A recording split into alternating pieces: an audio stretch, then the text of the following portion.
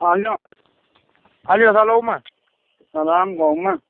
Biz Altınasır Türkmenistan teleýaýlynyň paýgasyna öpdeşiginden siziň nomeryňyza 2 sany noluk bar eken biziň diýjämize çykdy.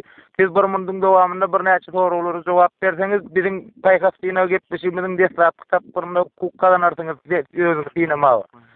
Awam näme sorup? Biz Aktaş kiçik ýarhanasyndan size öýjükli telefon ulgamy padarka berýär.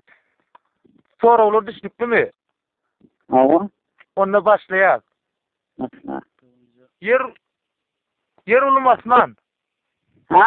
Yer ulum asman. Asman. Dogry. Kiçik uçuk çağa çok mu ulu uçuk? Näme? Gucuğun gitçi o çok mu ulfi? Ulti. Dogry. Karpızın kiçisine näme diýilýär? Var näme kimi? Karpızın kiçisine. Garpy orada näme olmaz. Läşeki diýilýär ýalyňyz.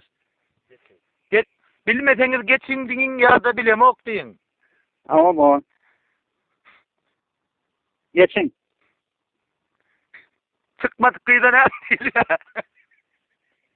Geçin ama değil ya, bu mu?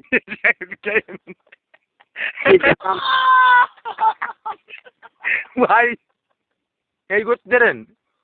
Geçin ama näme? Enen oğlanız kim sen? Sen kim doğanın skenin sağlasın? Enen ami? Enen ami? Ayallı onun var, gayrının onun yüzden sken. Tabii hüseyin kullanmın var. Hey. Ağzına verse var ama öğü görünüyor. Doğanın skenin yaptı. Var. Vay adın ne mi?